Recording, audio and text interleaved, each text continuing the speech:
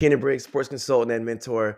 Today's conversation is not the most exciting topic, but it's one that needs to be had, and it's about Achilles injuries. Let me make sure I spelled that right because I feel like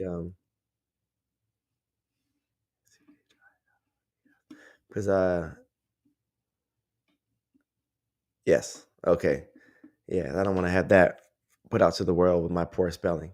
Okay, anyway, Achilles injuries and track and field. Across the board, Achilles injuries are becoming more relevant. It's trending, I guess you could say, and that's not a good thing, right?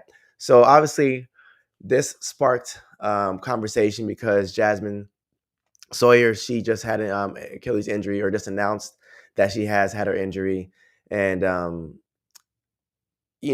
for any track and field athlete, it's the worst timing because we know that Achilles injuries take multiple months to come back from, and it's a mentally scarring action, especially if you're jumping and these injuries happen, right?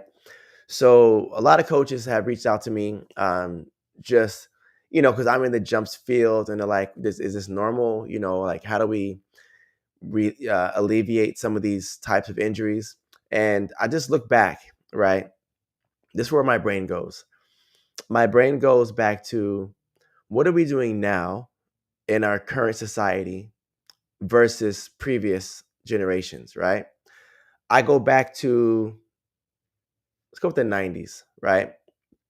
In the 90s, um, you know, sports, there was less serious injuries.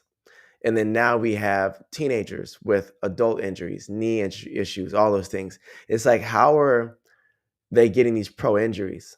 Well, if we go back to the 90s, 80s, 70s, um, look at PE just in general.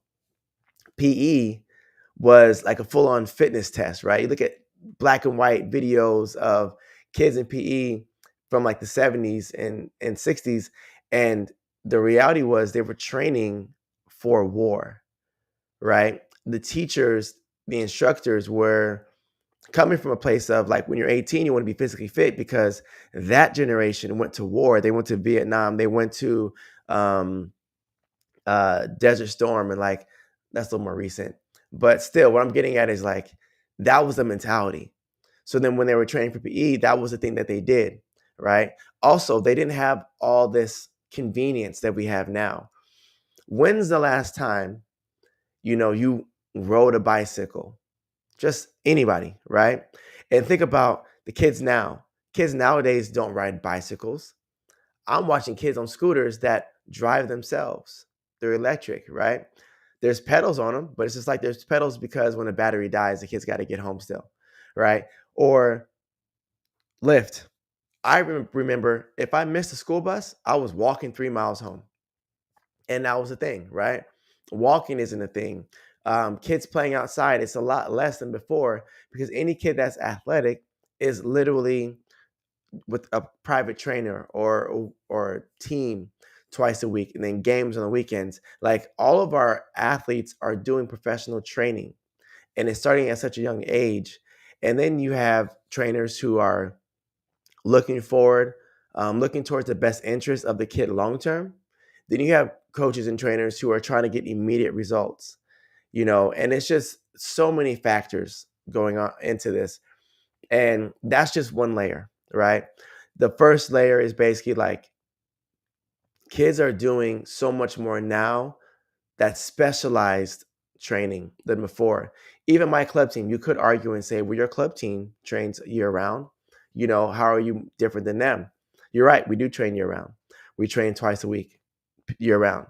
So the time frame is a little bit less than most teams because they're doing not year round, but they're doing 3 times a week during season, right? The next thing is we have 4 different cycles. So we're physically not on the track doing any running at all in the late summer, early fall. So, that's just how I navigate around it. But yes, we do train year round, right? So the next part of it is just the type of training, right? In America, we focus on the front side, right? We want our guys want our chest to look big. We want our six pack to be strong. We want to have like traps and all these things. We do all these push exercises versus pull exercises. On top of that, we're stronger pushing than we are pulling. We're always moving forward to walk, right? We're always trying to move in this forward direction. Our sports are really, American sports are more about acceleration, right? Brute strength and power. So we're working on speed mechanics and running and all these things forward versus training backwards, right? um, you know, like we now glorify pull-ups because people are doing muscle ups where they go from a pull to a push, which is fine, right? But what I'm getting at is we do so much to show off the front side of our body versus strength training our backside, right? The trend right now that I absolutely hate, I won't say hate because that's a very strong word, but like deadlifts, right? People are walking around with the straps on, the shoes, like the camera set up. They're in the weight room deadlifting, so much weight. It's impressive that they're strong, right? I get it. But I'm thinking about functionally, what is this doing for our sport? What is this doing? Like, what are you actually gaining out of lifting 400 pounds, 300 pounds, and lifting it for 7 seconds with your face about to pop? Like I don't understand it, right? Now I get it. It makes you're stronger. You're able to produce force, but the force production is counterproductive when it comes down to your sport, right? So, in the gym, I see a lot of exercises that make logical sense when it comes down to force production. However, the force production is not in the positions it needs to be in when it comes to our sport. So, for example, right, fitness trainers are in the gym and they're doing pause squats. I get it, right? Football, you're starting from a dead start to taking off. I get it. Football's great. Then when you go to track and field, the only time you're doing a pause is when you're starting a race, the 100, 200, maybe the 400, right? Um, the rest is you're trying to be more dynamic and ballistic in your movements. So I look at it like this: every single jumping event in track and field, every single event in track and field is a single leg movement. So your athletes should be doing Bulgarian split squats, step ups, because they need to work these muscles individually, right?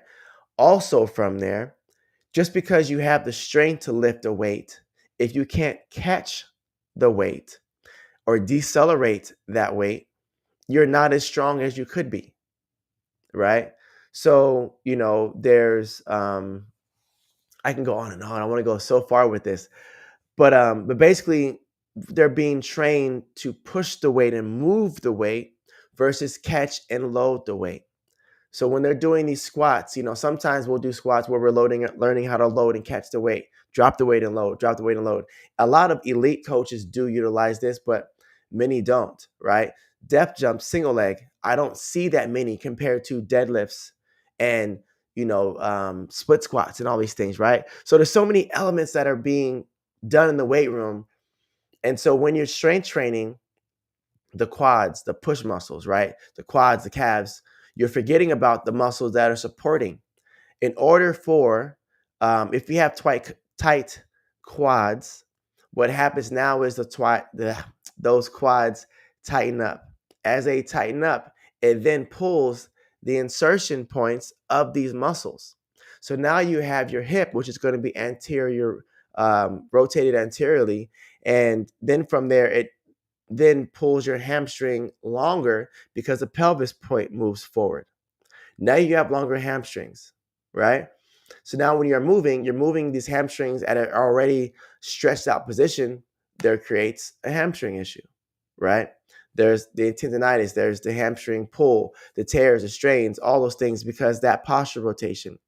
But we're not isolating the hamstring as much. Now, some coaches might say, well, we are isolating the hamstring by doing the Nordic hamstring curls.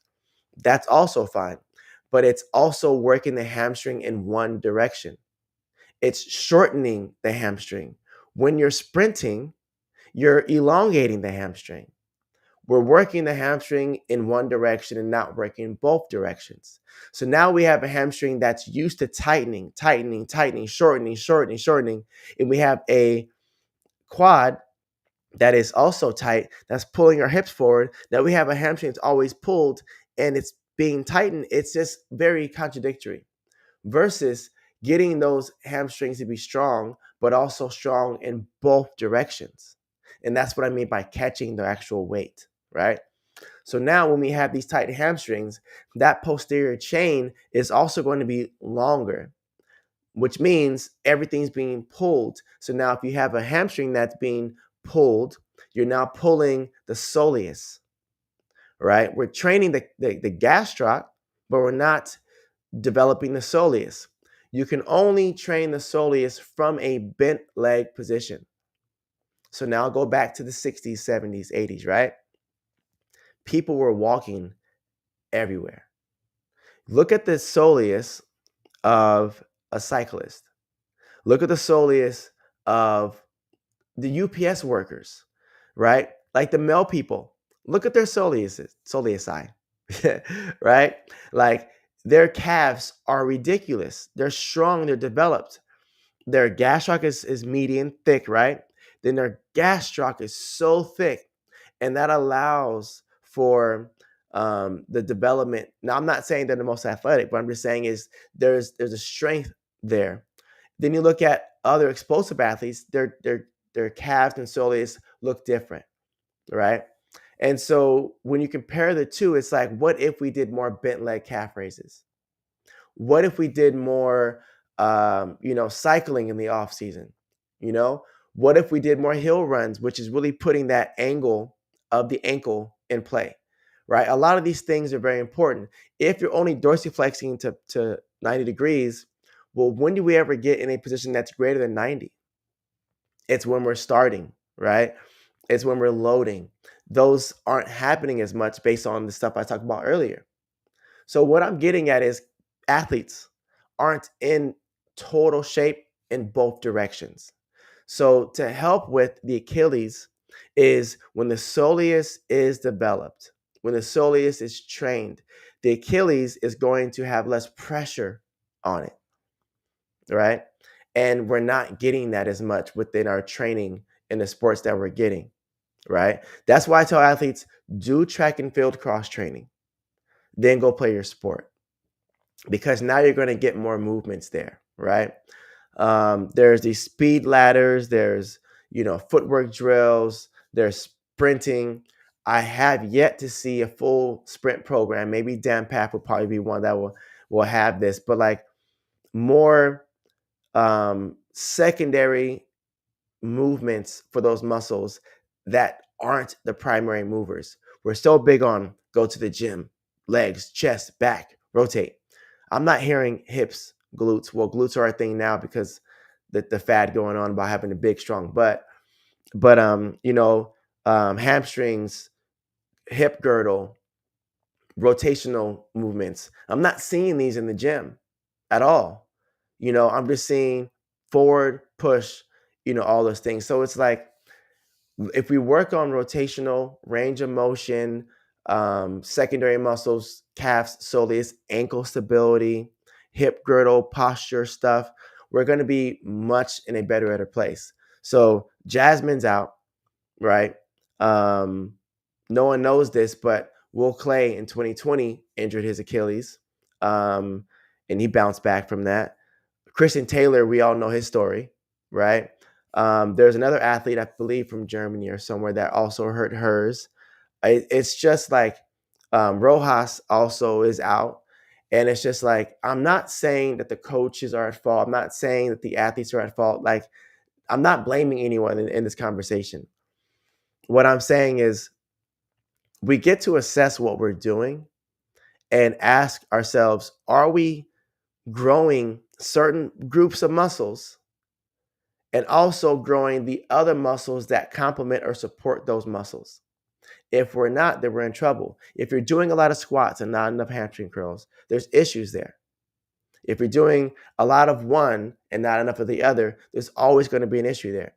So when it comes to this Achilles situation, um, I won't say the coach, but I will say um, there was an athlete that I watched through high school, and she was very toey, very, very toey, with triple jump on her toes, long jump on her toes. And I was like, I hope when she gets to college, the coach will fix that. She got to a college and the coach didn't fix it. And I was like, oh man, like it just felt bad. I'm watching this athlete, but she improved probably about 10 inches. And I was just like, okay, well, that's good. And then the next year, Achilles injury. And it's like that could have been prevented because now, if we're strengthening these muscles and she's already in a shortened Achilles motion, and we strengthen the quads and the whole body gets stronger, all we're doing is adding more force onto the muscles that are working. And that leg said, I can't support the force, you know? And I haven't seen her since. She hasn't come back from that. And it's just unfortunate, you know? So, what I say to you guys as athletes is educate yourself on the soleus, educate yourself on how to train the soleus, and educate yourself on like finding ways to relax the body. And then another conversation will be for another time is eat the right foods. Give your cells the right nutrition to be able to be healthy and operate correctly. So then when your muscles move, they're moving with the correct nutrients to help keep your body living for a very, very long time at a very high level. Okay. You look at LeBron James, he's competing at a very high level. I'm pretty sure he eats certain things that support his movement. And if you're eating bags of chips and nachos and hot dogs, it's not the best for your cells for their function. All right, that's a whole other thing. But educate yourself on the Achilles, educate yourself on the soleus. Coaches, assess your program. If a lot of kids are having shin splint issues, where is it? If it's on the back side of the shin, it's the soleus. Evaluate your training program to make sure that they're developing safely and you're supporting them. I'm not seeing many Achilles injuries in high school, but I'm seeing at the pro level.